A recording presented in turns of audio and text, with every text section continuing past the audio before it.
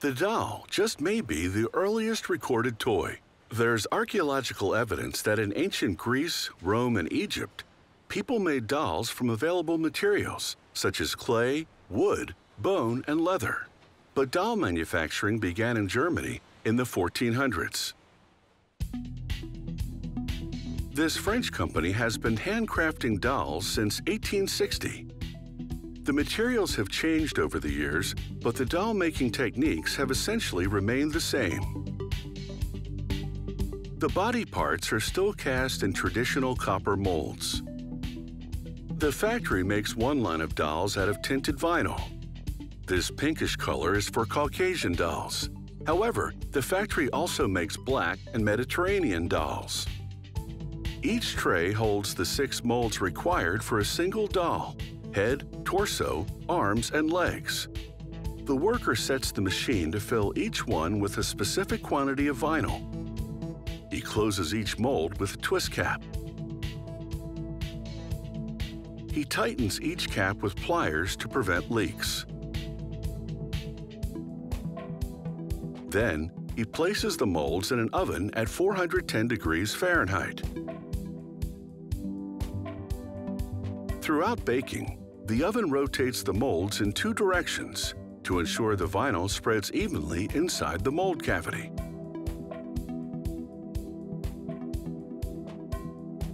He removes the molds from the oven 7 minutes later. Then submerges them in cold water for precisely 23 seconds. This stops the baking and solidifies the vinyl. The worker uses pliers to remove the caps.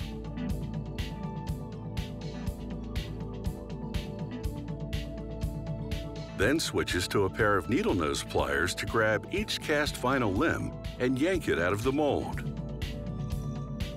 To remove the head, he pierces a hole to release trapped air. Then, with a stick, compresses the head just enough to pry it out. The vinyl is still flexible. As it cools, it will become more rigid, yet still soft enough to stamp out eye sockets and implant strands of synthetic hair. This factory makes another line of dolls out of colorless polyethylene granules, mixed with ground-tinted polyethylene left over from the molding process.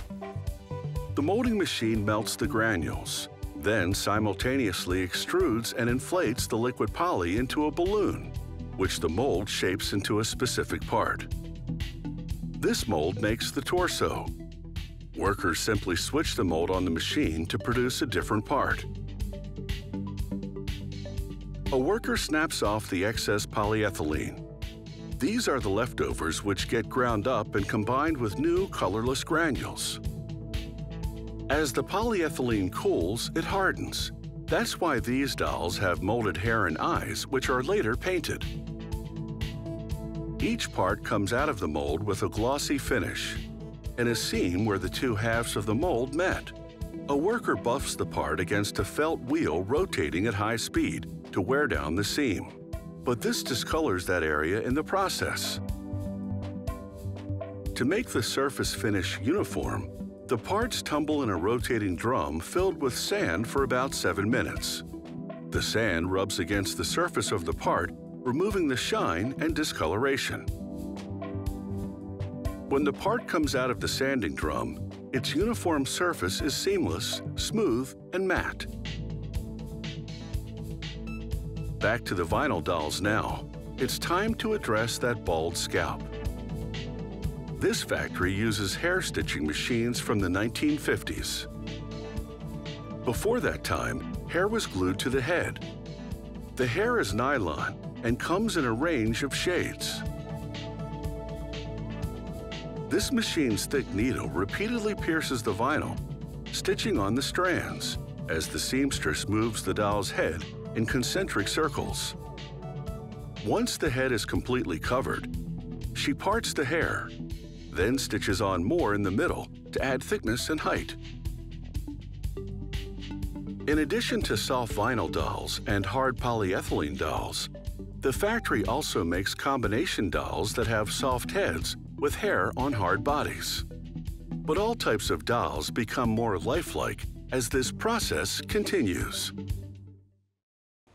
Dolls are recognized as an important contributor to the development of healthy children. Dolls give kids children of their own to care for, a chance to emulate their parents and engage their imaginations as they feed, dress, and cuddle their dolls and lullaby them to sleep. These vinyl dolls have what are known as sleeping eyes. When the doll lies down, its eyes close. Before installing the eyes, workers warm the head with a heat lamp. This makes the vinyl flexible enough for the press to lodge the eye into the socket with a shot of compressed air. The eyes are made of metal and plastic. Once installed, they often require a slight adjustment so the doll isn't cross-eyed. For safety, molded pockets inside the head hold the eyes securely in place so that children can't pull them off. These vinyl dolls have painted hair. The painter applies the hair and facial colors with an airbrush. There's a different stencil for each model. This one has light brown hair and eyebrows, a pale pink mouth, and rosy pink cheeks. All the paint is non-toxic. Polyethylene dolls get some extra pampering with a manicure and a pedicure. The assembler takes a thick length of elastic, ties a large knot at one end, then, with a tool, pokes the knot into a hole in one of the legs.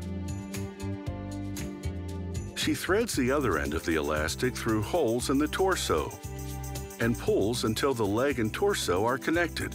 Then she knots the other end of the elastic and pokes that knot into the hole of the other leg.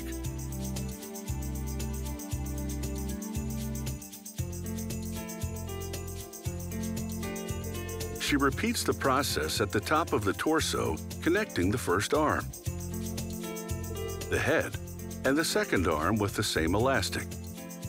This traditional assembly method makes the doll's limbs and head movable.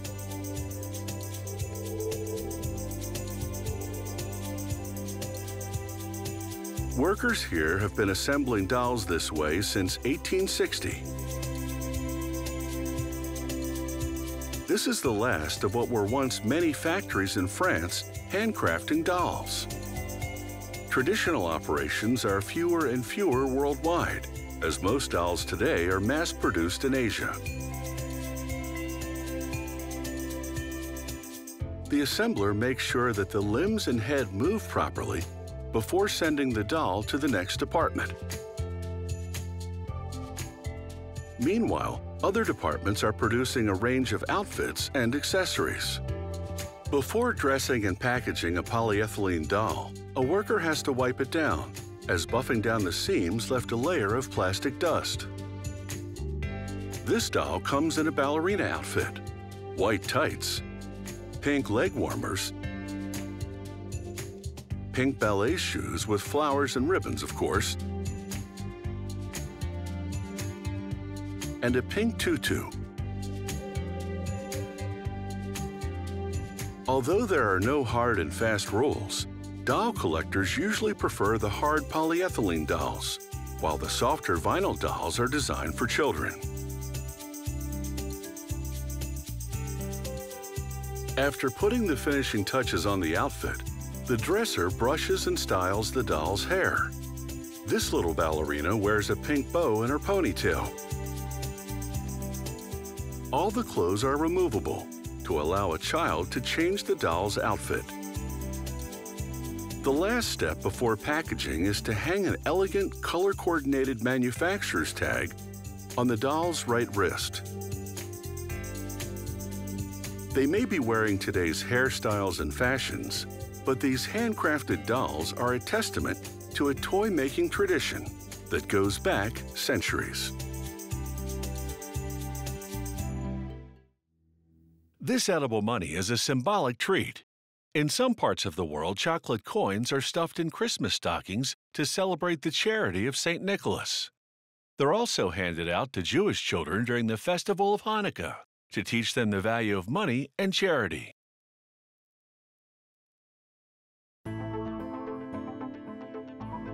Chocolate coins don't have any purchasing power, but they do buy a lot of appreciative smiles from the kids.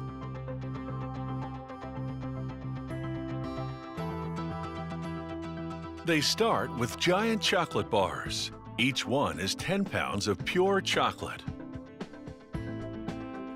The worker transfers the big bars to a kettle. It's a kind of double boiler. Hot water bubbles and steams inside a sleeved shell to heat and melt the chocolate. There are 2.5 tons of liquid chocolate in this kettle.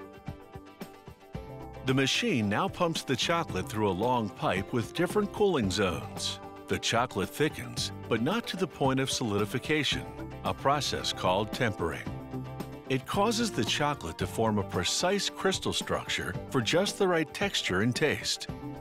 The thick liquid chocolate flows onto a conveyor that brings the chocolate under a broad blade. The blade levels it to a specific thickness and spreads it evenly, creating a long sheet of chocolate. The chocolate now begins to coagulate and harden. To spur that process, it travels through a refrigeration tunnel that is approximately 15 yards long. This journey transforms the liquid chocolate into a soft solid. Next, they clean and prepare the die. It's a spring-loaded device that works cookie-cutter style to punch out round blanks. There is one big difference. Each cutter is long and tubular, so as it punches out the chocolate blanks, they accumulate inside.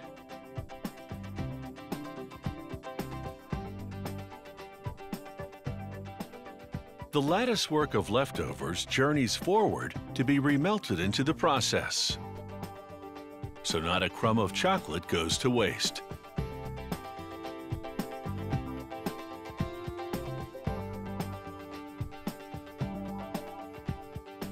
At the end of the line, dozens of coin blanks have stacked up in each magazine. And piles of leftover chocolate have accumulated in a bin that will now be transferred back to the melting pot. Now it's time to print some chocolate money. To do this, they wrap the chocolate first and then emboss both the wrap and the chocolate blanks simultaneously. Here's how it works. Sheets of glossy gold foil travel between rollers to establish an even tension. Ahead, a forked arm moves 2 chocolate blanks between the foil sheets. Piston-like knives move in to wrap, cut, and fold the foil around the blanks. The forked arm then delivers the foil-wrapped blanks to a die press. It stamps designs on both sides of the coins, making an impression on the foil through to the chocolate. The chocolate, although solid, is still warm enough to receive the image. Removed from the machine, here's what the die heads look like. These are used to emboss chocolate coins with American penny markings. As for the foil discards, they don't end up on the scrap heap. Instead, they accumulate in a bin to be sent out for recycling. They make 150,000 foil-wrapped coins a day. To change the currency type, they simply switch die heads. Chocolate coins can be made in many sizes with a range of different illustrations. The coins now spill out onto a conveyor that takes them to a bin.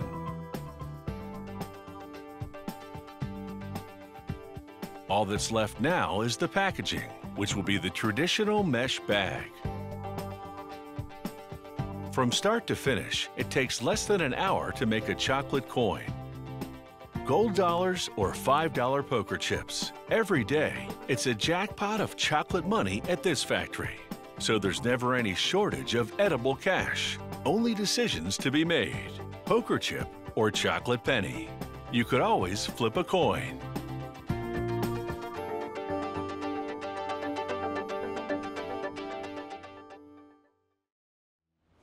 Animatronics is the construction of robotic puppets that move in a lifelike way. You often see animatronic characters in science fiction movies, theme parks, and haunted houses. Please be advised that this segment contains images that may not be suitable for younger viewers.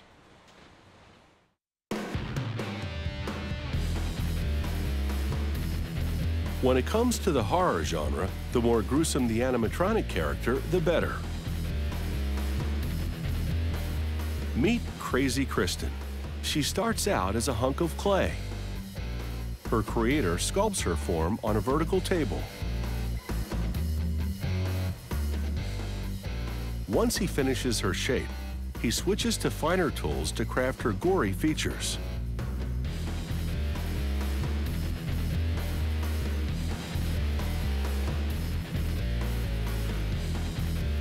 He uses water and a sponge to give her skin realistic texture. Once the clay is hardened, they lay Crazy Kristen on her back and drown her in gypsum plaster. In an hour or so, the plaster sets, and they remove the sculpture, creating a mold from which they'll produce multiple Crazy Kristens. The mold is quite heavy, so for easier handling, they sever the body in two. Then they'll fill each mold cavity with liquid latex rubber. A 3mm skin soon hardens against the mold cavity wall. They suction out the remaining liquid latex. Meanwhile, they weld together a steel skeleton, a grate for her rib cage, a strip for her spine, chains for her arm bones, ball bearings for her joints, and steel-reinforced rubber for her neck.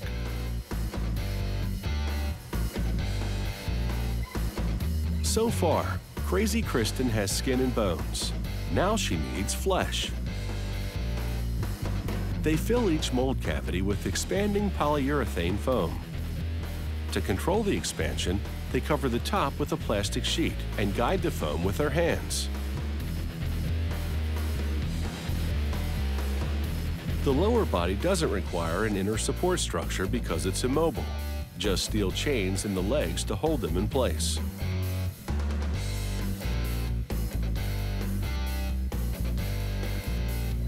Once the foam hardens, it's safe to extract Crazy Kristen's body from the molds.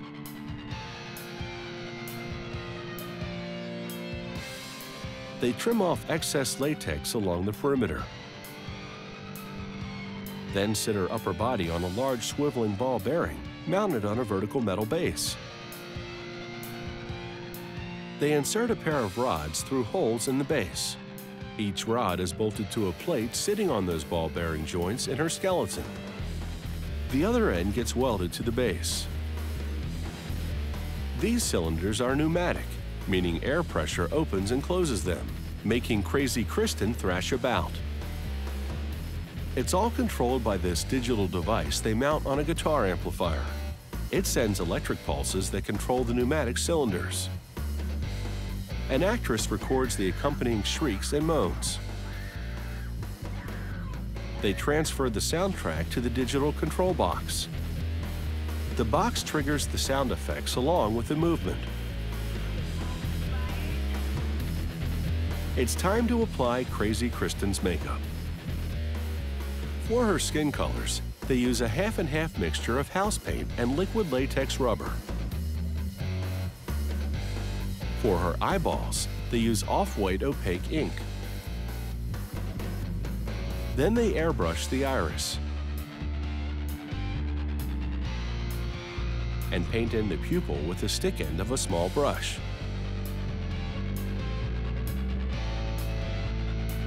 A few veins with a red pen, airbrushed ink on her mouth guard, and finally, clear epoxy over her eyeballs to make them glassy.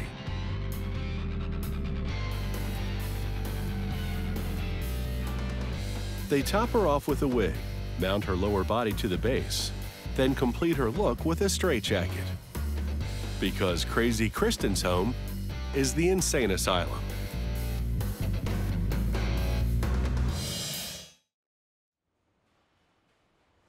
During the medieval era, axes were more than tools. They were terrifying weapons that could inflict very deep wounds.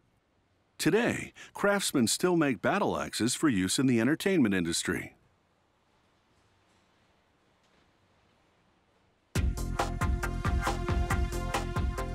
The medieval battle axe was a brutal weapon. With a single blow, it could break through a knight's armor and fatally wound him. To produce an authentic replica for movies and TV shows, the blacksmith consults reference books. He sketches the axe head design on paper, roughing out the details to the desired scale. He cleans up pieces of old carbon steel, which he'll combine with other metals.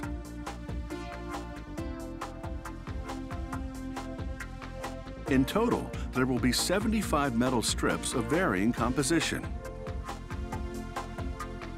To complete the mix of metals, he cuts an old blade made of nickel-steel alloy into equally sized strips. He loads 37 strips into a vise. He tightens the vise and tack welds them together. He sands the welded stack. He rubs oil into the stack to prevent oxidation. Now, exposed to intense heat, the metal layers forge together.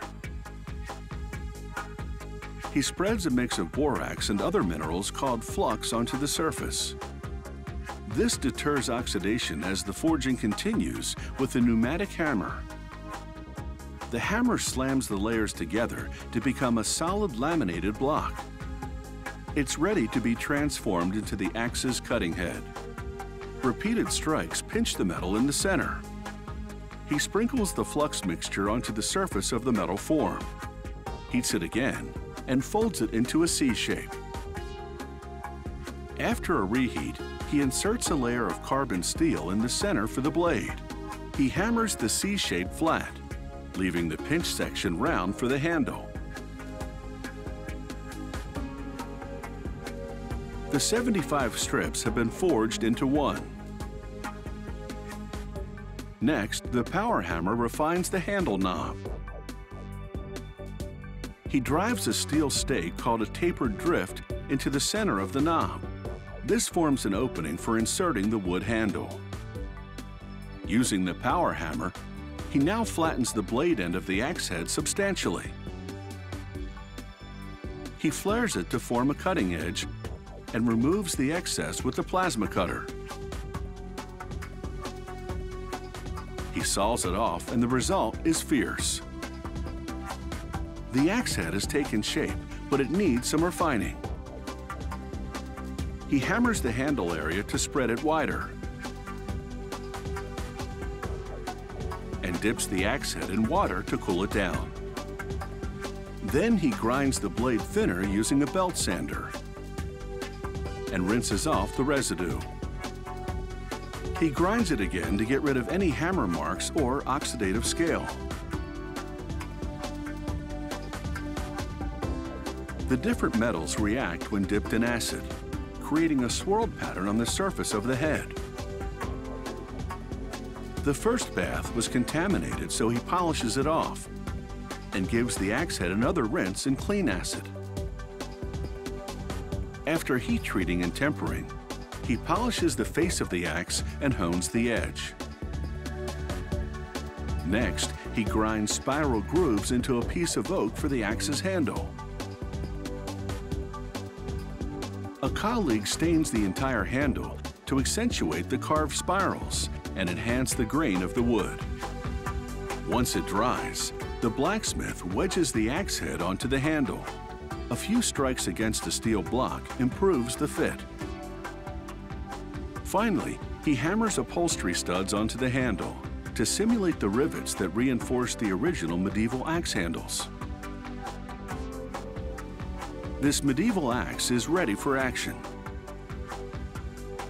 Medieval axe replicas are authentic props for any TV show or movie. Handled carefully, no one will get hurt. Cocoa beans are the primary raw material for making chocolate. They come from the fruit of the coca tree, native to Central and South America.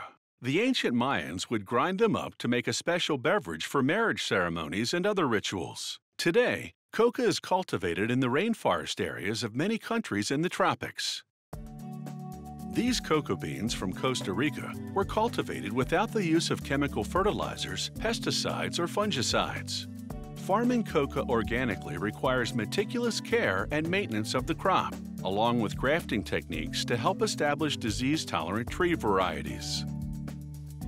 The farmer cuts a budwood, a young branch about to bud, from a healthy, productive tree, and grafts it onto a sucker growing from the base of a tree, which is either diseased or old and unproductive. She cuts a slot at the top of the sucker, then wraps a plastic strip around the budwood to hold in moisture until the graft takes. Next, she cuts a pointed end on the budwood and inserts it into the slot she made in the sucker. Then she binds the union and covers it with a plastic bag. Bagging protects the graft against two potential extremes: dehydration and excessive rain, which causes rot or fungus. If the graft takes, the union seals itself in a month or even sooner. Strategic pruning strengthens the tree and keeps it growing low and in a shape that's easy to maintain and harvest. Before long, flowers begin to bud and bloom. Tiny beetles pollinate the flowers, after which tiny pods, the tree's fruit, begin to emerge. The pods grow and grow, and gradually change color. When the color transformation is complete, they're ripe for harvest. There are many varieties of coca trees, with pods of different colors. It generally takes about 5 months from first blooms to pod maturity. Come harvest time, they collect only the pods which are undoubtedly ready. If a pod isn't fully ripened, the cocoa beans inside will be acidic and bitter. They carefully cut the pod stem off the branch without damaging the tree in the process.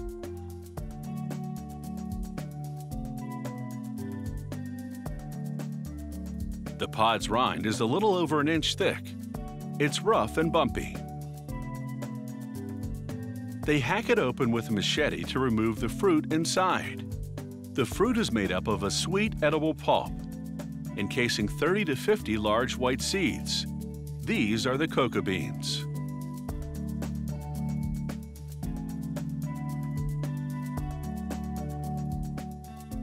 The beans and pulp go to the fermentation area, where workers lay them in boxes or heaps and cover them for 4 to 6 days.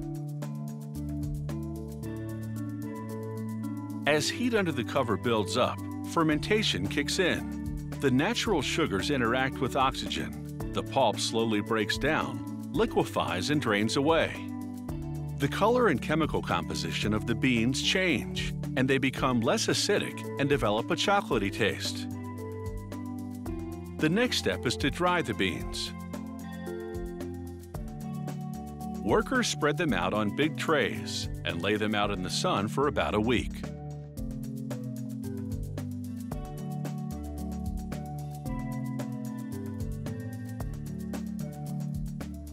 Here's what a cocoa bean is like wet.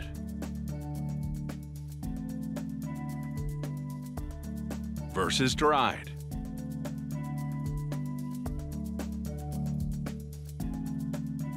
The dried beans now go through a selection process. Workers examine them, removing pod remnants and any beans with mold or other imperfections. Beans which fail inspection are sold locally at a lower price, or go to the compost heap. Beans that pass are weighed, bagged for export, and sold to chocolate makers. Depending on the size of the beans, which varies according to the coca tree variety, it takes about 300 to 600 cocoa beans to produce 1 kilogram of chocolate.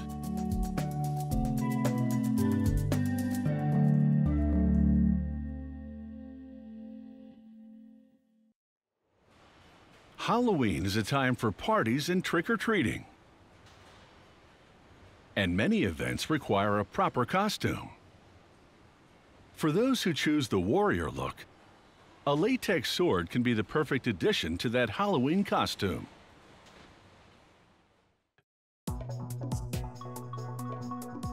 These weapons sure look like the real thing. So much so that this company also sells them as film and theater props. But as menacing as these axes and swords appear, they couldn't even hurt a fly because their blades are made of latex. In the weapons workshop, they begin the sword-making process by constructing the blade.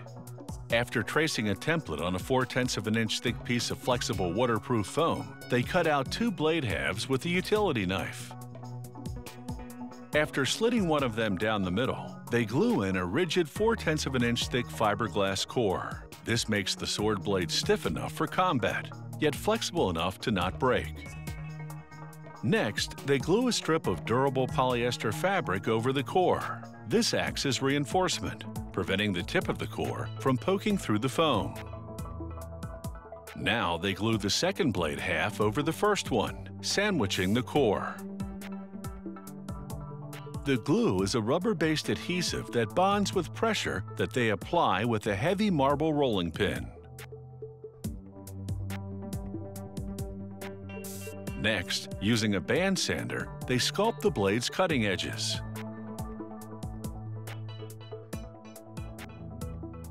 Then they remove the foam residue with a rotary tool. Next, they take a wood-burning iron and melt the foam in select spots to create the look of battle scars. Then they spray on 5 to 6 coats of latex rubber. This forms a protective shield over the foam without hindering the blade's flexibility. Next, using an airbrush, they apply 2 coats of acrylic-based latex paint, first black, then silver. They brush on a thick coat of black paint, then wipe it off. This wash, as it's called, creates the look of aged metal. And finally, they lightly dab some silver acrylic paint over select spots to highlight details. From foam to main component of a lethal weapon in just a few easy steps. They finish off their handiwork by stenciling on the company logo in gold acrylic paint. Now for the sword's handle. They drill a hole lengthwise through a cylinder made of walnut and glue a steel tube inside. Then they glue leather around the wood.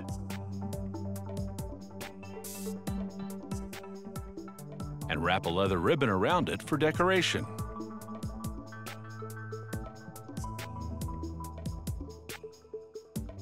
To give it a worn appearance, they lightly sand parts of the surface.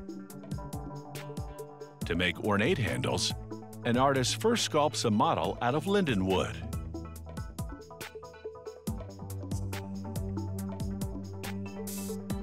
Using that wooden model, they cast a silicon mold. Then they pour rubber into the mold to cast a handle. For that leather-covered wooden handle, they cast only the components above and below it in rubber.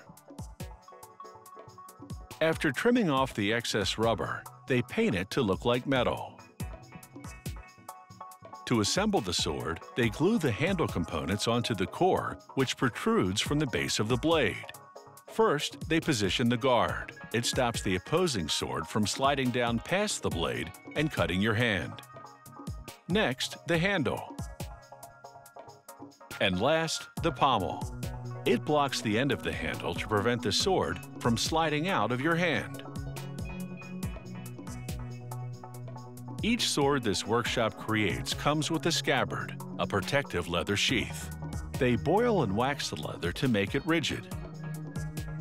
The workshop also makes daggers and other realistic-looking weaponry. All you need to bring out your inner warrior.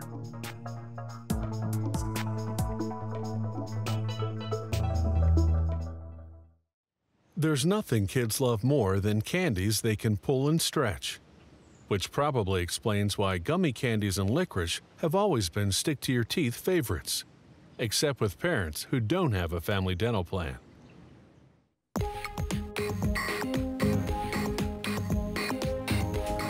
Everyone calls this red licorice, but there's actually no licorice root in it. The ingredients are wheat, sugar, and corn syrup, with red food dye and both artificial and natural strawberry flavoring.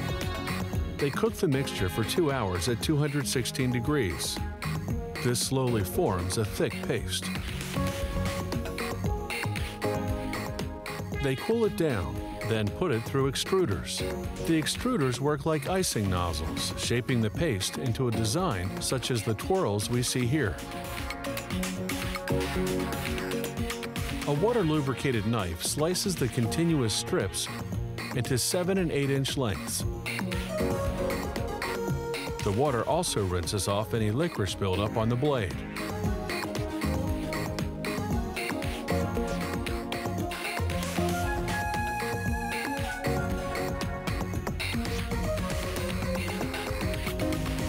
The cut licorice goes on aluminum trays.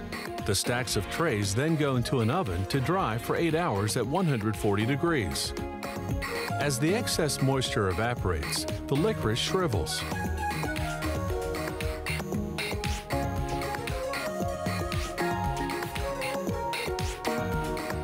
Workers weigh the correct amount of licorice for each package.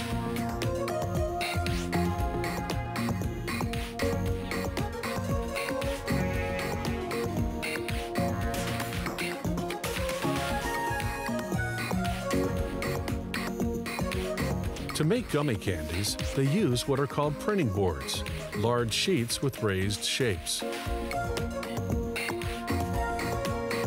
To make gummy worms, for example, they mount the gummy worm board on a stamping machine. The machine then stamps the worm shapes onto trays of cornstarch. This creates a series of cornstarch molds for the gummy worms.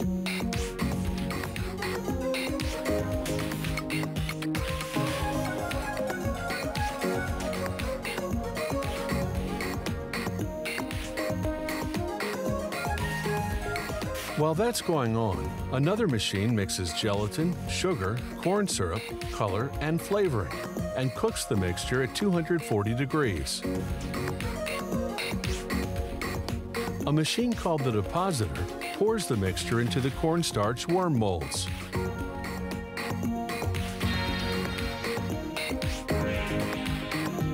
The molds then go into a refrigerated room. In 12 to 15 hours, the candies cool and solidify.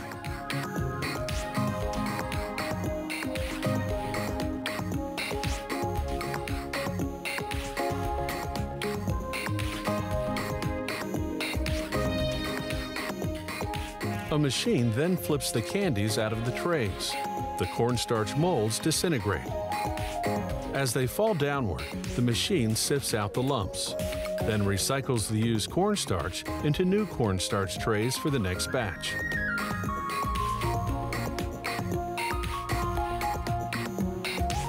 The candies go through a cleaner. As they spin, air nozzles blast off the cornstarch.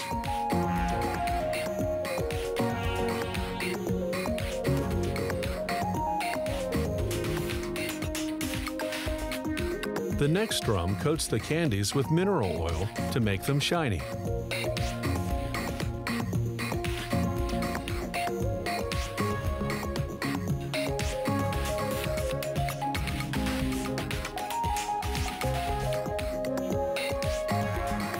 Children love gummy worms because they're gooey and slippery and wiggly. But it's not just kids who are hooked on them. Many fishermen actually use them for bait.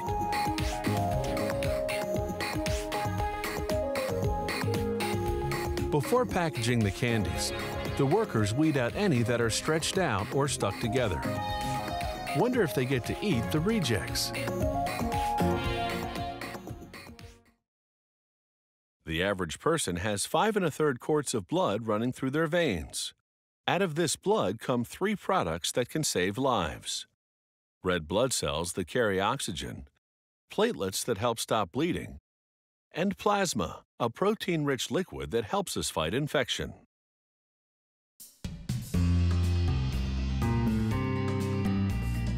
Hospitals need all blood types to help them save lives.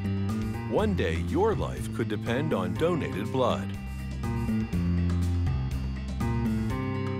In this setup, an automated machine collects the donor's blood and separates it according to which blood product they need. The collection machine draws whole blood from a donor's arm and separates out the mixed plasma and platelets, which is the color of straw.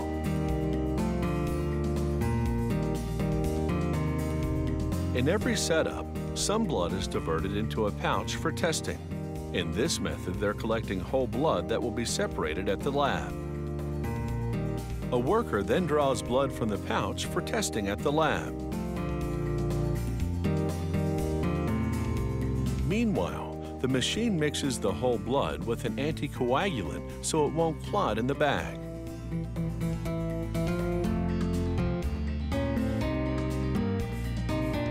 The donor's blood samples then go to the lab, where they determine the blood type and test for infectious diseases.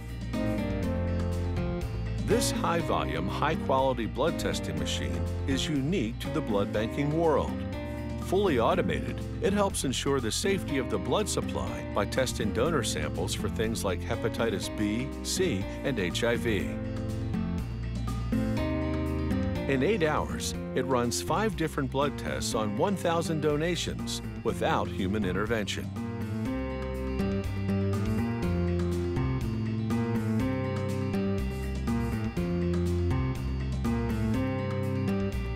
Between each of these tests, it sterilizes every single probe in a wash solution. Another machine determines the blood type, of which there are 8.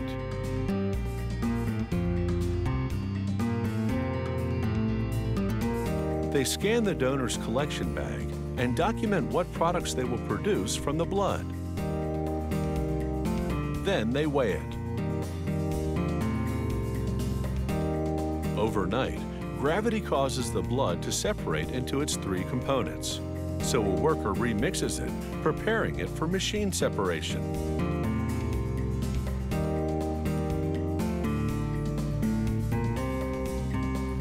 She then packs the blood in the bags for the other components into what's called a liner. She makes sure the liners are balanced and will put a rubber weight inside when she needs to. Balancing the liners keeps the centrifuge machine spinning properly at 4,000 RPM as it separates the blood into layers.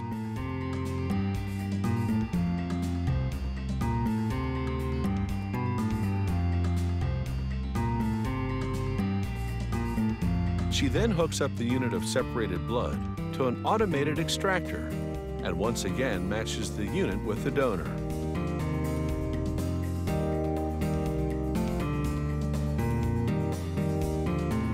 The extractor fills a bag with just red blood cells.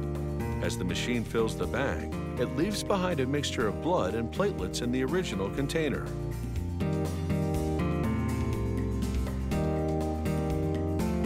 As it extracts these red blood cells and leaves behind a portion of blood and platelets, it also fills another container with pure plasma. An incubator keeps the processed platelets well mixed. They only have 5 days to use these platelets.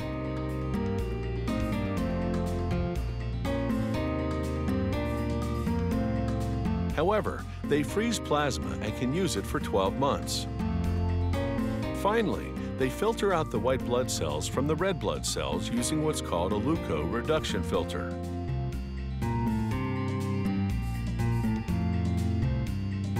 They also introduce an additive solution into the red blood cells and mix it all together. The additive helps the red blood cells survive for 42 days, both inside a fridge and during transportation to the hospitals.